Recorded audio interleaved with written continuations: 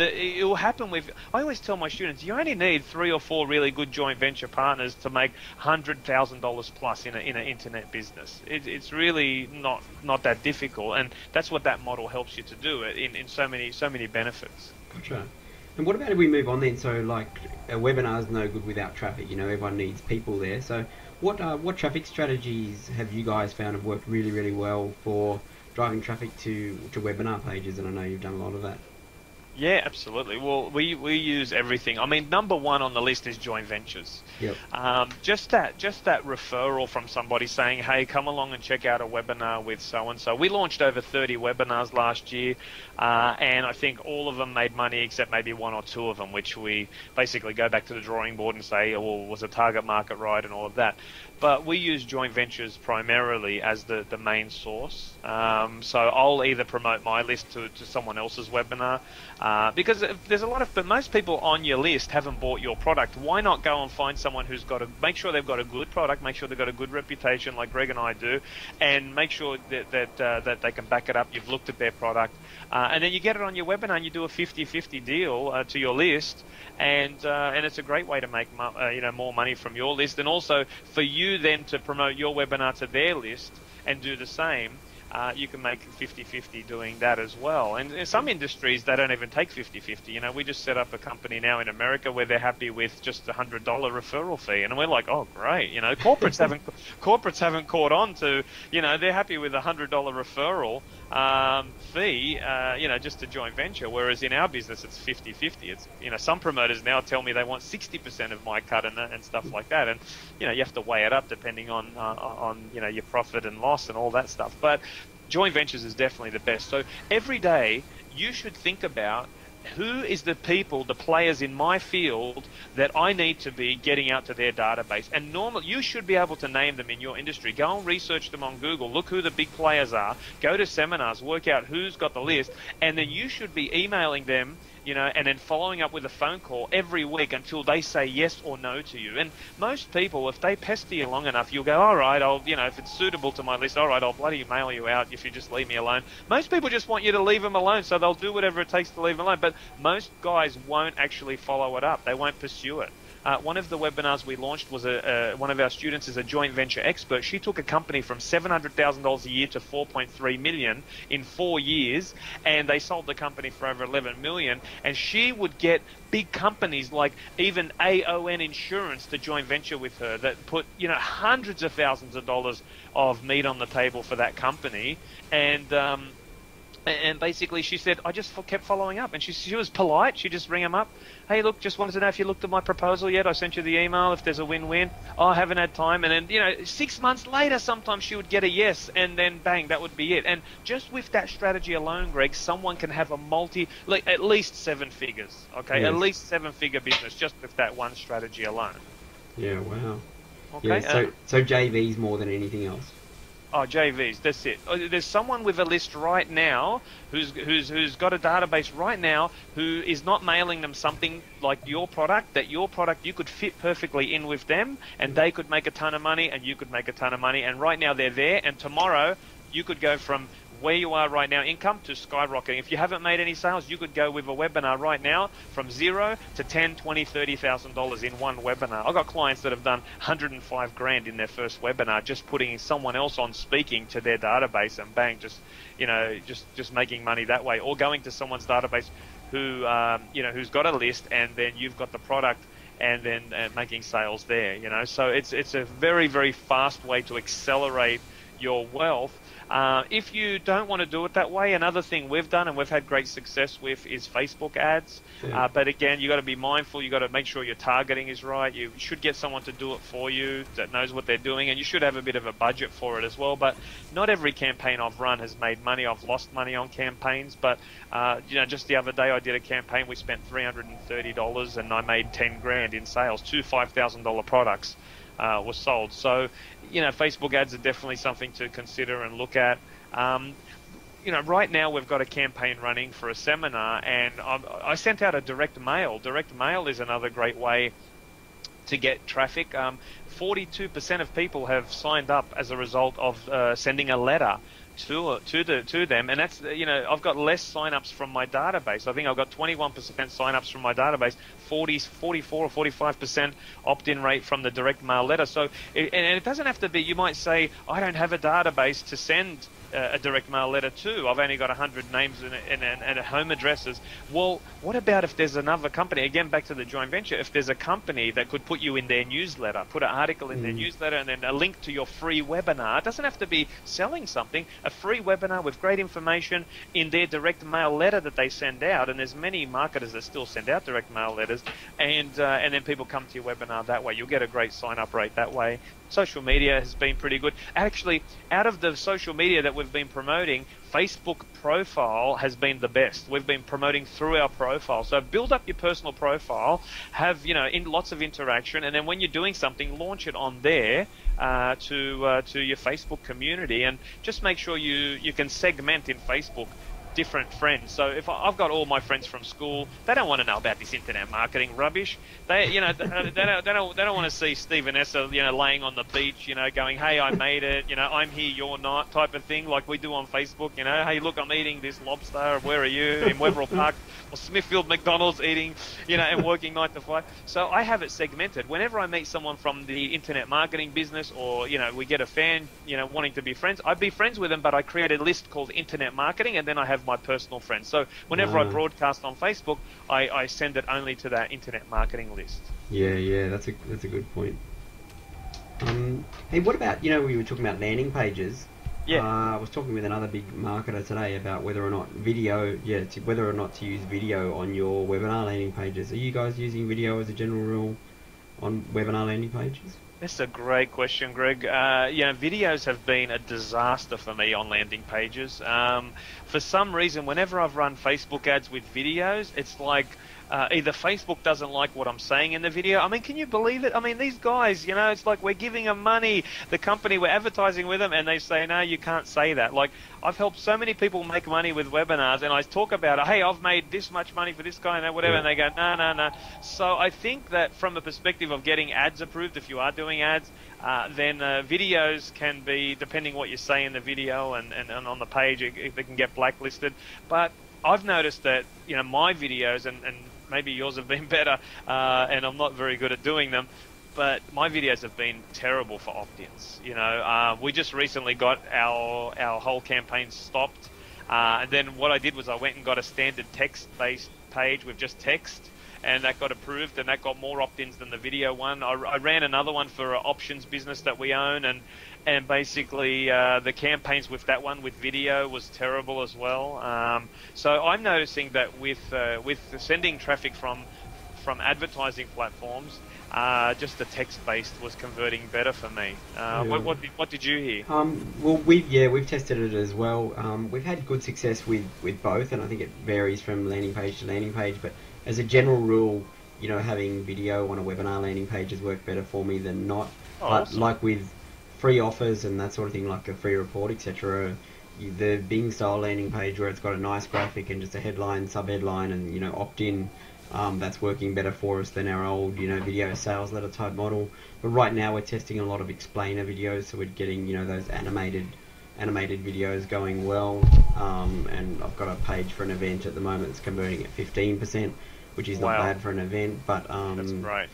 Yeah, it's certainly not the biggest converting page we've ever had. But I think where there's an event, there's a there's that time and place type component to it as well, so they've got to be available and that sort of stuff. But it's interesting, so you and I have sort of had different experiences on that. It shows there's no one right or wrong answer. It really, test for your market and for the type of stuff you're designing. So I think it's just because you're better looking than me, Greg, that well, I don't think anyone's going to disagree with you there, but no. Hey, what about the presentation? So like if you're presenting a sales message and you're teaching, it's got to go on a bit of a structured journey, and I know you're very good in this space. What's your thoughts on, how would you outline the main stages of that webinar content process from intro, right through to close? What's your thoughts? Yeah, absolutely. As a general rule, a general rule that we teach our students and stuff like that, and it's not a hard and fast rule, but we just basically created if you're doing a 60-minute webinar, we want, any webinar, you want to have an introduction, a middle, and a close. And the introduction on a 60-minute webinar might run for 10 minutes, no more than 10 minutes. And I'm sure you've seen webinars where the introduction is just keeps going and going and going. And by introduction, normally the ingredients in there, just to give you some meat in this interview, normally I want to introduce, hey everyone, welcome to the webinar. Today I'm about to reveal to you how you can, 7 secrets for making big money with webinars. By the end of this webinar, you'll know the step-by-step formula for doing that. So make your big promise there. Tell them who the webinar's for. This is perfect for you if you're a coach, if you're a trainer, if you're an author. You know, webinars are fantastic for you. Then talk about yourself. Say, what led me to this webinar? Well, I was, trying to make sales the traditional way, and I was doing this and this and this, and then I found the webinar, and the webinar converted 10%. So it was way better than, just doing a normal website, which had made me 0 sales or 1%. So that's how I found webinar. Here's some case studies and proof. Bang, bang, bang. And if people don't have proof, Greg, they can just show some stats. Hey, industries webinars is a multi-billion-dollar selling industry now, and that should be 10 minutes, no more than 10 minutes, to build your case why they should hang around, why they should listen to you in the first 10 minutes on a 60-minute webinar. A 90-minute webinar, that can stretch out to 15 minutes, but no more than that. And remember, it's about them. It's not about you. It's about them. So even if you are talking about yourself, make sure you've answered the question to yourself that says, hey, how does this relate back to them? Everything I say in a webinar has to relate back to the audience, and that's the introduction. Okay, brilliant.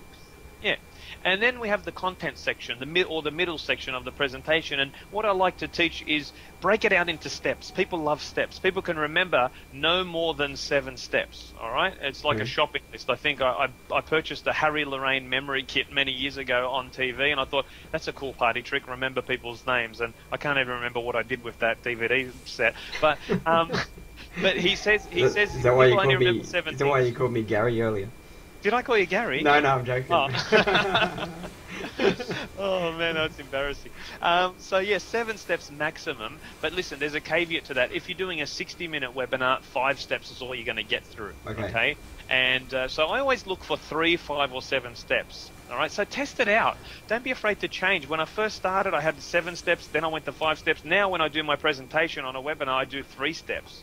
And the less is best, okay? So if you can fit your stuff into 3 steps and make it make sense, then do it. And in your steps, you want to deliver loads of great value, okay? You don't want to turn it into a lecture. There's a fine line between giving not enough information and giving too much. And what I always tell people, and it's on a case-by-case basis, so I can't tell you here without speaking to you personally or looking at your webinar, but as a rule of thumb, you want to basically tell people what to do and show them a little bit how to do it, but don't turn it into a lecture, okay? Yes. So that's get that balance right, is it a webinar where you're given enough information that they can go away and do it themselves with a bit of hard work, go away, do it themselves, and then and that section should run for on a 60-minute webinar should run for around 30 to 40 minutes, preferably closer to the 40-minute mark. Okay, so they've got lots of great value, and then the last 10 minutes you will do the close. Okay?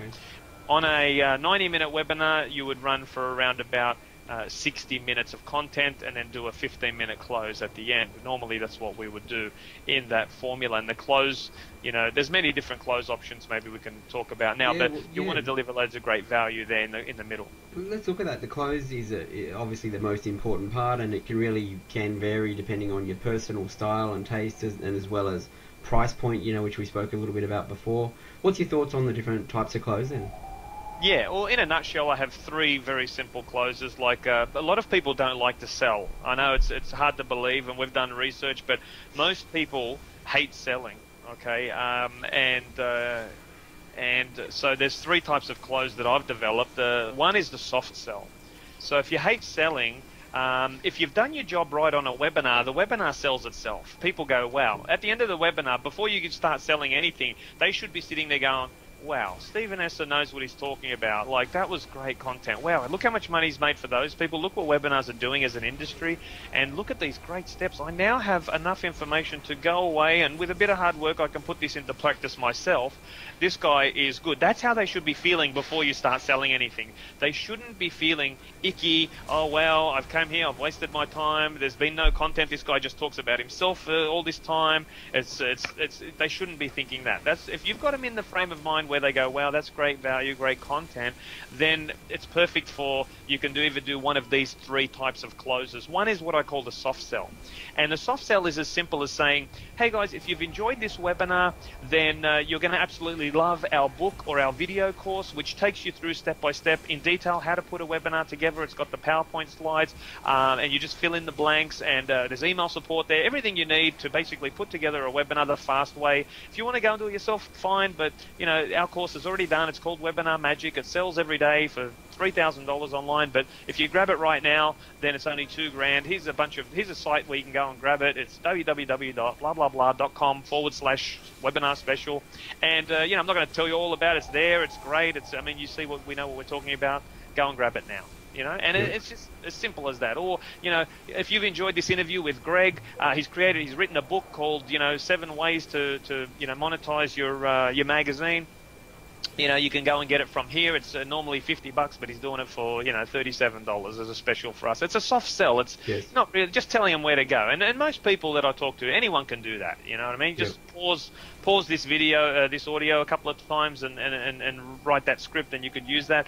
Then we have a medium sell, which basically goes into a bit more detail and shows a couple of slides about what each product is. So let's say, for example, you offer a course, a webinar course with some support and maybe with some Skype sessions. You might show in detail on a few slides what you're covering in the course. Say, hey guys, if you've enjoyed this webinar, well, I want to take a moment, if it's okay with you, just to tell you about our course. It's called Webinar Magic, and here's what it is. Here's the 8 webinars. This webinar, we talk about blah, blah, blah. This webinar, we talk about this, and the benefits are. And remember, when you're selling in the close, the most important thing is tell them the benefits. They don't care if it's a webinar. They don't care if it's a book. They want to know what they're going to get out of it, right? And that's the risk. That's the thing we get as when we create the product ourselves, we get into the steps, into the process. That's what we get excited about, but people don't care. They just want the results. They just want to make money, or they just want to have the property portfolio, or they just want to have that result. So whenever you say something in the close of your presentation, like you say you're going to get this DVD set, okay, you have to say which will help you to achieve this and this and this result, so you can be financially free, so you can kick back, so you can automate your sales process and work on other parts of the business, etc., etc. Yeah, so you're turning those features into benefits and ultimately the emotions that those benefits bring, hey? Yeah, absolutely. That's where the gold is, man. That's where the sales come from. People don't care about I've seen so many webinars. We pull up our students all the time. They go, you get webinar 1, we show you how to do research. Webinar 2, we show you how to set up a landing page. Webinar 3, it's like, who cares? You got to say, webinar 2, we show you how to set up a landing page. So you get higher opt-ins. So you have to do less work. So you spend less money. So when you send traffic, you get 30, 40, 50% opt-in rate, which helps grow your business, make more money, so you can retire faster, as opposed to, we show you how to set up an opt-in page. Yeah, you know what I mean? Massive difference. Yeah, so all of us run into that trap when we're too close to our own products. So that's the medium sell. You go into a bit of detail, you build up the value, you say this is all worth, $3,000, but today only it's worth $497. Go here now to buy it. Okay, and that's a medium sell. Maybe go for about 5 to 10 minutes on a medium sell. Yep. And then we have a hard sell, which is basically like typical infomercial style, where we say, hey, if you've enjoyed this webinar, then you're going to love this package. Here's what it is. You get this part, and it's like 8 webinars with this and this and this, and put the value on each thing, right? So you say this 8 webinars is valued at $2,000 by itself. Then you're going to get email support, and in the email support, you can email me personally for 12 whole months. I'll answer them personally for you within 24 hours. That's worth $5,000, and then I will coach you as well. Blah blah blah. And so you're building that sort of table of value. Yeah. It's the stack. They call it the stack as well. You keep stacking everything up. Yeah. Exactly, and then you offer, whatever your guarantee is, make it irresistible, build it right up to the end. It's not going to be $5 million. It's for today only. It's going to be bang, and then go here now to buy it. Go on now, and you really make a big push. Really pressure them hard to. It's called a hard close, because you want to get. If you can't close someone at the end of a 90-minute webinar and they don't buy, you're very, very slim chance they're going to come back later and buy from you. Yep. Even the people who say, I don't buy under high pressure closes, that's baloney. It's like, if it really helps you, I'm a buyer, and that's how I buy. If someone's making it compelling and making an irresistible offer, and they say it's available right now, and I really need that thing, and it can help me, and they've showed me how, I'm buying. I don't care. For me, this is what's beautiful about webinars, Greg, is the price points don't matter. It's like when someone's showing you how to do something. Like I've been on webinars with guys where I'm sitting there and I'm already in. I'm going, I'm in. Tell me the price. I'm in, and I'm thinking to myself, oh, it's 15 grand. I reckon he's going to sell 15 grand here for sure. It's going to be 10. What am I willing? I'm in if it's 20. I'm still in if it's 20. The buyers, when you're dealing with the high level, and that's what's great about webinars, is that people with 5 grand will spend 10 grand. People with 10 grand will spend 15. People who spend 15 will spend 25. And recently, I got a 25 grand program. We just put it up to 50 grand. Okay, last year we sold about 50 25 grand program. This year I'm only taking 12 people, sell it for 50 grand. And you know the conversion drop off compared to the number of people you work with is still relative. Okay, it's right. You know, if I signed up 50 people at 25k, this year we would get, if we wanted to, 25 people would pay 50k. So you would still make the same amount of money, but you're dealing with less clients. And that probably brings us to, how do you sell a high-end product on a webinar? How do you do that? Agreed. So if you are doing that big ticket item, do you take them to an application process rather than... I think you have to. I think you have to. Now, depending on what your package is, if you're going to be working with people on the high level, like in high level, we're talking above 10 grand. That's a high level program. If you're selling something above 10 grand, then you want to take them to an interview if you're working with them, because it's a good way to close. It gives you a qualified. They qualify themselves. You don't waste time. But also, too, you want to make sure that you're working with the right kind of buyer, because if someone's spending 10 grand or more with you, then you want to make sure that they're qualified, because you know, you don't want to be wasting your time with the wrong type of person in your business, especially when there's great customers out there that will spend the money with you. You just got to find them.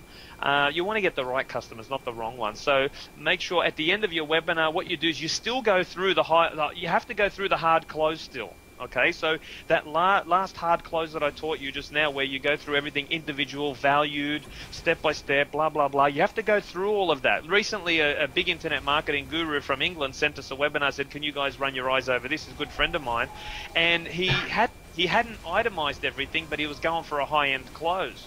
And we're like, well, someone's not going to spend 10 grand if they don't know what they're getting. They're not even going to maybe apply for the interview. So you've still got to do the hard close. But at the end, instead of saying total value $100 million for today, only this much, instead of doing that, you say, listen, this is the total value of the program, what we've just shown you here in the last 15 minutes. This is